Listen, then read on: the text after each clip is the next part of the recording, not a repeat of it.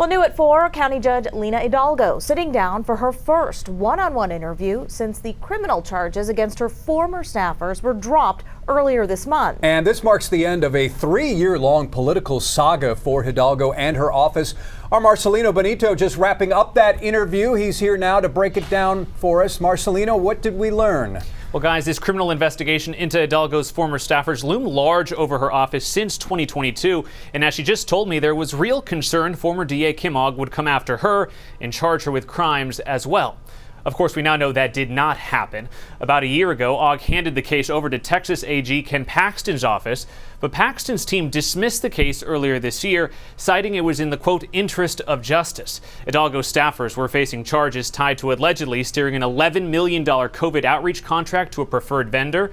Since the dismissal, Hidalgo speaking out, making sure the public knows her team was innocent.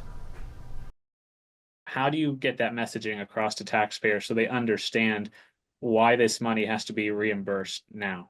I want folks to know that that $600,000+ that's not the end of the amount. You know, there's the folks who were falsely prosecuted are going to need a reimbursement. The former county administrator was reimbursed also in the 6 figures.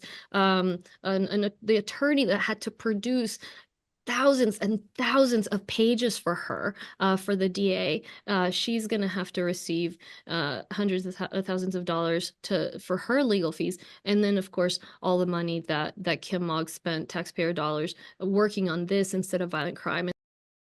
Now, Ogg has since fired back at the judge, accusing her of failing to take public corruption seriously. But again, these charges have all been dismissed, and Judge Hidalgo never faced any charges. On the agenda this week, approving those more than $672,000 in legal fees for representing the county judge during this now defunct investigation. And you heard the judge, all in all, this investigation will end up costing taxpayers millions of dollars. You can catch my full interview. It'll be streaming tonight on KHU 11+.